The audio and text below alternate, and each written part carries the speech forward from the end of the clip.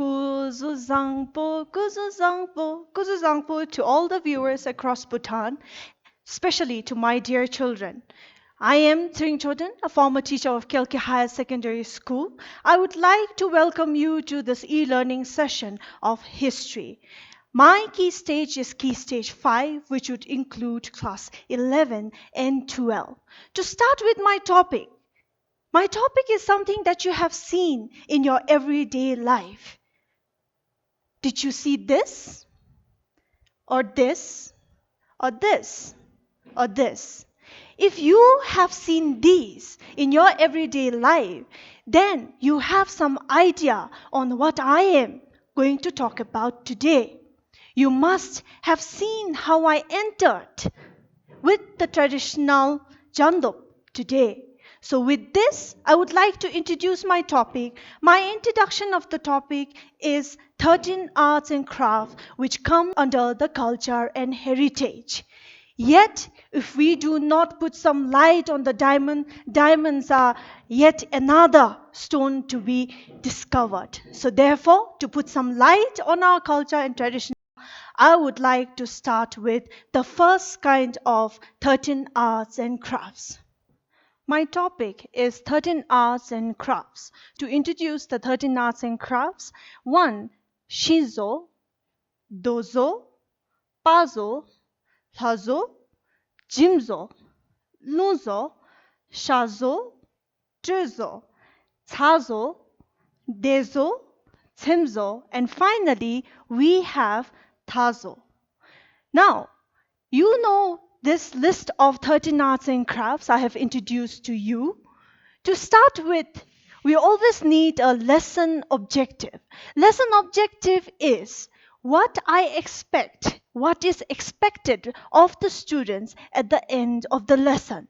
Number 1, at the end of the lesson, I expect my students to understand why do we need to preserve our culture and tradition. By the end of the lesson, also you should be able to know all 13 arts and crafts of Bhutan. And the final expectation of this lesson is that how can you contribute towards preserving our culture and tradition? Now, to start with, I would like to explain to you what is Zorik. Zorik Chusum means Zo is the ability to make and Rik is the ability to create or the science behind the creation of the craft. And Chusum means 13. Therefore, Zorik Chusum means the ability to make the craft and it is distributed into 13 crafts. The art and the craft in Bhutan started very long time back. But it was formally categorized during the 17th century during the 4th Desi, Geshe Tenzin Rabge. Geshe Tenzin Rabge categorized it according to the name and its type.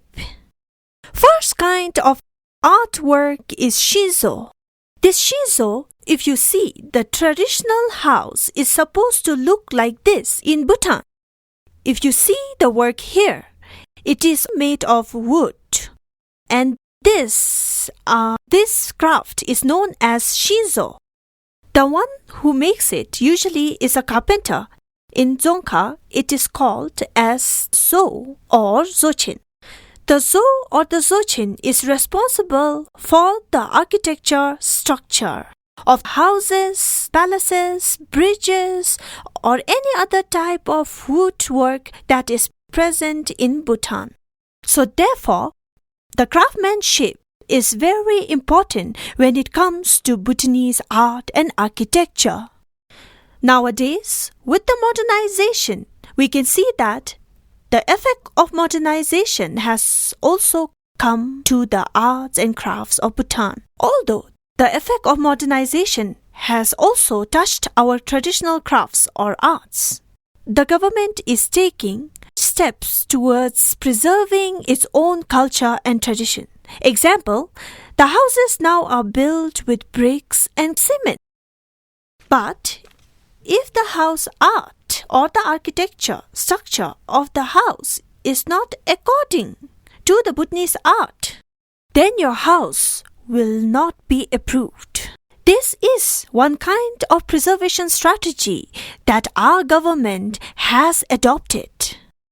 Now my question is, what can you do as an individual person to preserve this culture of Shinzo?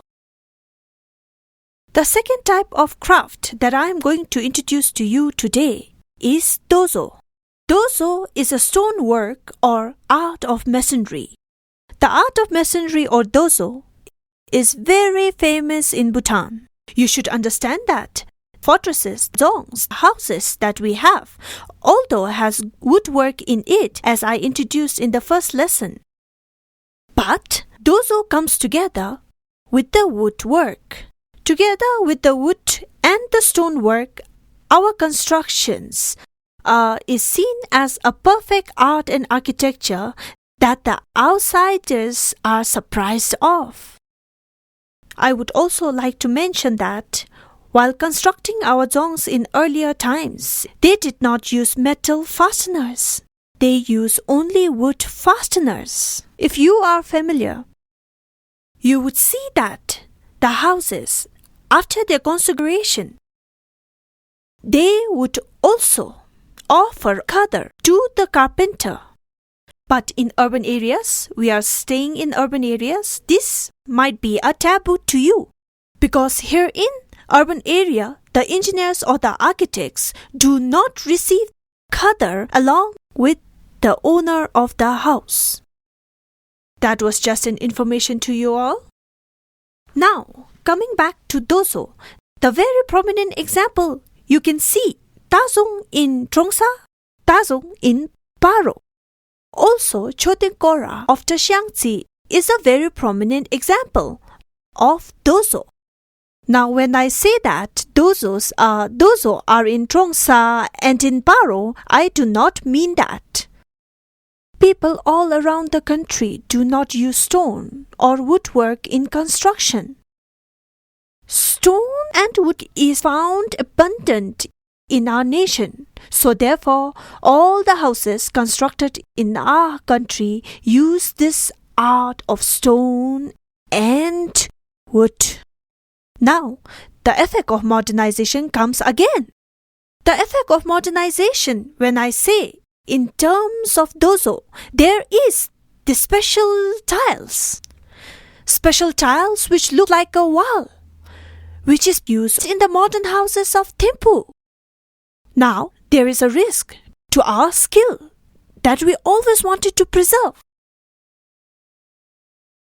Think how? How do you think this will affect the preservation strategy of our culture? When I say preservation strategy, now people might think that, oh, the history teacher that is presenting to us today, she herself does not look like the person from history. Or you might think that, oh, did she ride a horse to come to the studio? No, I do not mean to say that. When we preserve our culture and tradition, I do not mean to say that you do not move with the modernization. You do move with the modernization. That is what civilization is. But moving on with civilization, with understanding your roots, understanding your culture, beliefs, tradition, is what I'm trying to say. That is why the 13 arts and crafts is as a syllabus in your textbook. That is why you need to preserve your culture. Because if you do not know your roots, where you're coming from, or if you do not know where your forefathers came from, or if you do not know for what thing you should be proud of, then you should ask yourself, my dear students, who are you? What are you? And why you should be proud of being citizens of Bhutan. Now to go with the next craft. The next craft is carving, the art of carving or puzzle. The puzzle in other countries, they do it on stone, they do it on paper, they do it on slate, they do it on wood. And now, with modernization, people are practicing their craft work even on the tip of the pencil. But in Bhutan, We are skilled on doing the carving on stone, on slate, and on wood. But among these three, wood carving is a very good example. As you can see, the wood carving would look something like this. It needs immense skill to carve something like this. This is four friends carved on the wood. For more example, you can look at your house. You can look at your altar room. You can look outside your house. You can see many examples that are carving of the carving, or we say puzzle. Then the carving on the slate. The carving on the slate is known as Dona carving. Dona carving, because the slate is black in color. What pictures do we carve on the slate? These are some of the example that you can see when you go along the way or you cross Chorten or on the mountains, the pictures of carved deities. So this is an example of slate carving. Then what is the example of stone carving? Stone carving is seen minimum in our country. That is because stone carving was used in olden days as important material. The rice mills, the flour mills were stones. It was driven by water. But now we do not see that. Why, my dear children? That is because the modernization's effect, as I told you, the machines have replaced the stone work or the stone carving and made it easier. So people choose to work with the machine products rather than the handmade stone carvings. The next art and craft that I'm going to introduce to you is Hazo. Hazo is the art of painting. The art of painting, my dear children, represents our belief, our religion, our spiritual connection with the nature, and it also serves as a mirror of what our community is. Therefore, not just in painting, I would like to mention that all the arts and craft is actually an expression of the community. So therefore, it just does not give us the economic benefit, but it shows or it mirrors or reflects the community's belief and its religion, its spirituality. Painting in Bhutan is very unique. The painting in Bhutan is very unique because it uses different colors. It uses different colors, particularly Bhutanese design. And the paintings are very much related to Buddhism and everyday way of life of Bhutanese people. So therefore, the painters are known as Harips. Painters are known as Harips, and these Harips, they start painting from the very small decoration like 8 lucky sign, to the painting of thongdrels that you see in your festival. Also, they do painting on the walls of the temples. So, these painters or the Harips, they have this belief that if they paint, they will earn merit. No one is forcing this belief, my dear children, but this is a concept that is received by the society itself. And people also believe that the mere sight of seeing these tondrels, these paintings painted by these Harips, will also deliver them to nirvana. That is why you go to your festivals. You receive wangs from these tondrels. My dear children, as extra information, our paintings are very unique because in olden days they use natural pigments to paint thankas and tondrils. The natural pigment like the black lump. The black lump is known as sana, and the red lump is known as thasa. So these were the painting used. They retrieved paints from vegetable, fruits, and painted it. Again, coming to the modernization, these paintings are also now not done with the natural pigments. It is replaced by the chemical colors. Moving to the next is clay sculpture or jimso. The clay sculpture or jimso, some of you might say jimso might be also known as kuzo. No, that is wrong. That is where you get the misconception. Jimso is the art of clay work. Usually people make statue. People make statue, and Jimso Lopin is skilled worker or a teacher who works on the clay sculpture. Now, when I talk about clay sculpture, we need to understand that the clay sculpture or making of the clay was used in olden times. Not much now. It is actually older than the bronze and the metal. But now we do not use the clay. You need to think on the skill that we have to preserve. The next thing that we make from clay is pottery, the art of pottery. Although there are several types of pottery works, the earthenware is the most prominent one. It is often said in history books that the jimso or the clay sculpture which makes statue is work of men, and the art of pottery is a work of women. No, my dear children, I am not discriminating. You need to understand that the skills were passed down by their parents. The father has passed down to their son, and son would do the same. Furthermore, until the discrimination happened, maybe until the Zorik Chusum and Tashyangsi and Thimphu was introduced. Now, Jimzo is taken as an art, as a part of skill. Even if females want to learn, they teach it to the females. There's no discrimination, my dear children.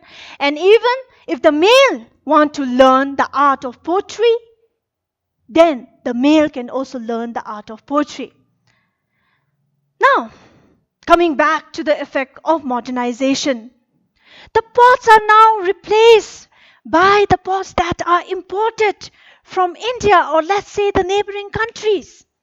And we have forgotten our mud pots, the earthen clay mud pots. We have forgotten that.